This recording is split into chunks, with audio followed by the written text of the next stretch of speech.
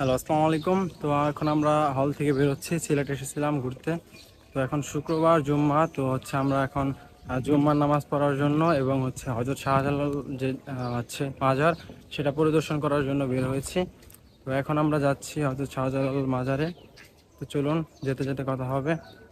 তো আমরা এখন মূলত বের হয়ে যাচ্ছি সিলেট ইঞ্জিনিয়ারিং কলেজের ভিতর থেকে। আমরা আজকে রাত্রে সেখানে ছিলাম।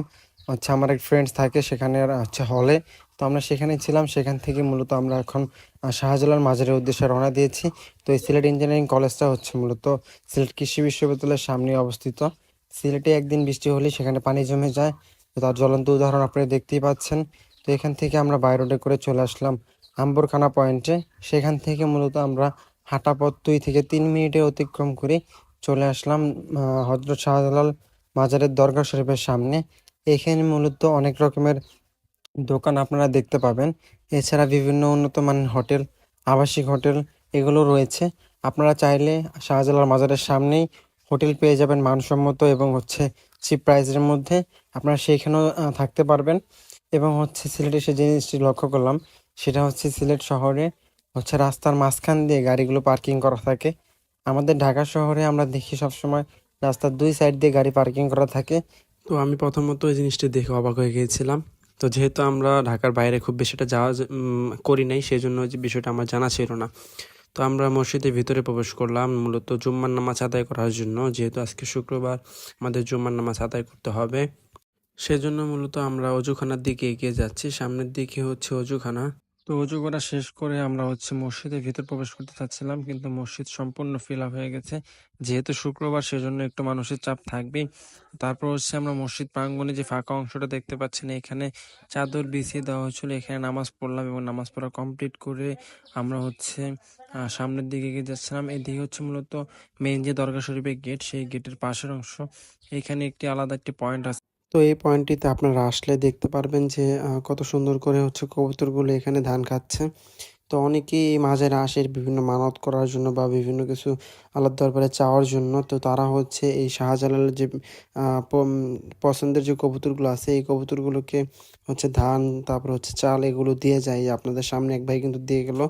তো এইভাবে সবাই এখানে ধান চাল কিনে এখানে দিয়ে যায়, যাতে কবুতরগুলো এখানে খেতে পারে। তো এখানে কিন্তু প্রচুর পরিমাণে কবুতর আছে। এগুলো কিন্তু এই শাহজালাল মাজারেই আপনারা পাবেন। সিলেট শহরের মধ্যে কিন্তু এত কবুতর দেখা যায় না। তো দেখতে পাচ্ছেন এই যে ভবনগুলো আছে, এই ভবনগুলো সম্পূর্ণ কিন্তু এই কবুতর দিয়ে ফিল আপ করা। এখানে প্রচুর পরিমাণ কবুতর, এত কবুতর আমি সিলেট শহরেও দেখি নাই। তো দেখেন এই কবুতরগুলো থাকার জন্য তারা এই বিল্ডিংগুলোর মাঝখানে মাঝখানে এরকম ফাঁকা করে কবুতরগুলো থাকার জন্য নির্দিষ্ট জায়গা করে দিয়েছে। তো এই বিল্ডিংটা 2য় তলায় মহিলাদের নামাজের জন্য জায়গা করা আছে। তো যারা মহিলা নিয়ে আসবেন তাদেরকে দুশ্চিন্তার কোনো সমস্যা হবে না, কারণ চাইলে সেখানে তারা নামাজও পড়তে পারবে। তো তারপর আমরা এদিক থেকে বিশুদ্ধ খাবার পানির যে আছে, এদিক দিয়ে চলে আসলাম। এদিক দিয়ে আপনারা চাইলে পানি খেতে পারবেন, পানির বোতলও নিতে পারবেন। তো সামনেই দেখতে পাচ্ছেন শাহজালাল রেস্টুরেন্ট। ওটা মূলত খাবারের রেস্টুরেন্ট আছে এবং হোটেলও আছে, চাইলে আপনারা সেখানে থাকতে পারবেন। তো এই সামনে যে দিঘিটা দেখতে পাচ্ছেন, এই দিঘিটা কিন্তু খুবই ইন্টারেস্টিং একটি দিঘি। এই দিঘি নিয়ে অনেক রকমের কথা প্রচলিত আছে, আপনারা জেনে থাকবেন।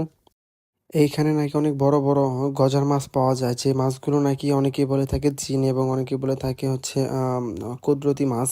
তো যাই হোক, তো চলুন এই সাইডে দেখুন। এই সাইডে একটি কচ্ছপ। তো এটা আমরা দেখতে পেয়েছিলাম একটি কচ্ছপ। এরপরে আমরা একটি গজার মাছও দেখতে পেয়েছিলাম। তো সেটাও আপনাদের দেখানো যাক। তো এইখানে আপনারা যে মাছটিকে দেখতে পাচ্ছেন কালো, এটি একটি গজার মাছ। তো খুব বেশি বড় না, তবে আমরা দেখতে পেয়েছিলাম, এটি আমাদের সৌভাগ্য। অনেকে কিন্তু অনেকক্ষণ দাঁড়িয়ে থেকেও কোনো মাছ দেখতে পায়নি। তো আমরা এখন মাছ দেখা কমপ্লিট করে মাজারের ভিতরে প্রবেশ করব। তো আমরা এতক্ষণ যে সাইডটা ছিলাম সেটা অজুখানা, তারপর দিঘি এবং কবুতরের যে সাইডটা এবং দরগা শরীফের বাইরের অংশে। এখন আমরা যেখান দিয়ে প্রবেশ করতেছি এটা মূলত মাজার শরীফের অংশটা। তো যারা মাজার শরীফে আসবেন তাদেরকে অবশ্যই দরগা শরীফের গেট দিয়ে প্রবেশ করে তারপর এই সিঁড়ি দিয়ে উপরে চলে আসতে হবে। এই যে রুমটা আমরা সামনে দেখতে পাচ্ছেন, এই রুমটাই কিন্তু মূলত মাজার শরীফ। তো আমরা এখন ভিতরের দিকে প্রবেশ করব। তো হযরত শাহজালাল মাজারের ভিতর সবসময় ভিড় থাকে। তো আজকে যেহেতু জুম্মাবার ছিল, সেজন্য ভিড়ের মাত্রাটা অনেকটাই বেশি ছিল। তো তারপরও আমরা মূলত এই ভিড়ের মধ্যে দিয়ে ভিতরে প্রবেশ করার চেষ্টা করতেছি। ভিতরে যদিও ভিডিও করার অনুমতি নেই, তা সত্ত্বেও আমি ভিডিও করেছি শুধুমাত্র আপনাদের দেখানোর জন্য। তো ভিতরের দিকে মূলত একটি সভার মতো কি জানি হচ্ছিল। তারা সেখানে আলোচনা করতেছে। তো আমরা এখন মূলত হযরত শাহজালাল রাদিয়াল্লাহু তাআলা আনহুর যে কবরস্থান তার সামনে দাঁড়িয়ে আছি। আমরা কবরটা দেখাবো না, শুধু বাইরে থেকে দেখানোর চেষ্টা করলাম। এটা মূলত গিলাপ দিয়ে ঢাকা ছিল। তো সেটা পরিদর্শন করে আমরা সেখান থেকে বেরিয়ে আসলাম। সেখানে ভিডিও করার কোনো অনুমতি ছিল না। সকলে দাঁড়িয়ে ছিল, সেজন্য কোনো রকমের ভিডিও করতে পারিনি। যতটুকু করেছি অতটুকুই যথেষ্ট। তো এরপর হচ্ছে আমরা এখান দিয়ে বের হয়ে দেখতে পেলাম যে এখানে প্রচুর পরিমাণ হচ্ছে মানুষের কবর দিয়ে বেষ্টিত করা ছিল। এখানে অনেক বিখ্যাত মানুষের কবরও আছে। এখানে বিভিন্ন এমপি, তারপর হচ্ছে মুক্তিযোদ্ধা, বিভিন্ন নায়ক, অনেকের হচ্ছে সংসদ সদস্য, সবার হচ্ছে এখানে কবর তারা দিয়েছে, যাতে সবাই এখানে জিয়ারত করে। আমরা নামাজ শেষ করে সকলের মতো এখান দিয়ে কবর জিয়ারত করে তারপর হচ্ছে দেখতেছিলাম। তো এখানে কিন্তু সালমান শাহ, তার কিন্তু কবর আছে। জানেন তিনি হচ্ছে বাংলাদেশের একজন বিখ্যাত নায়ক ছিলেন। তো তারও কিন্তু এখানে কবর এবং তার পরিবারেরও কিন্তু এখানে কবর আছে। তো আমাদের সামনে এখন দেখতে পাচ্ছেন এই যেখানে সাইনবোর্ড লাগানো আছে সালমান শাহের কবর, এই যে দেখেন এখানে।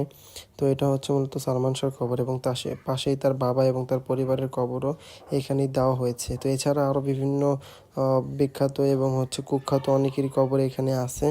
তো যাই হোক, আমরা এখান থেকে দেখা শেষ করে এখান থেকে বেরিয়ে আসলাম। তো আমরা মূলত ওই যে দিঘি আছে তার এই পাশ দিয়ে যে রাস্তা, সেখান দিয়ে আসলাম। এখানে মূলত হযরত শাহজালালের যে হচ্ছে এতিমখানা সেটা অবস্থিত আমরা দেখলাম, এবং এই পাশেও দেখতে পাচ্ছেন প্রচুর পরিমাণে কবর। তো এই জায়গাটা মূলত কবর দিয়েই ভরা। এত পরিমাণ কবর আমি আগে কোনো জায়গায় দেখিনি। গণকবরস্থানের মতো এই জায়গাটা প্রায় ধরতে গেলে।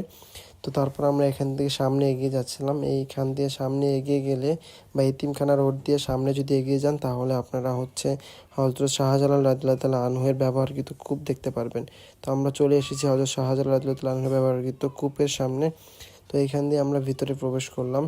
তো ভিতরে প্রবেশ করার পর আমরা দেখতে পাচ্ছিলাম খুবই চমৎকার এবং খুবই সুন্দরভাবে এই কূপটির চারপাশে যে দেয়ালটা, সেই দেয়ালটাকে বানানো হয়েছে। এগুলো মূলত পাথরগুলোকে এখানে জয়েন্ট দিয়ে তারপর হচ্ছে কালো কালারের রং করে তারা এই জায়গাটা বানিয়েছে। ভিতরে কয়েকটি খেজুর গাছ এবং মাঝখানে হচ্ছে এই কূপটা।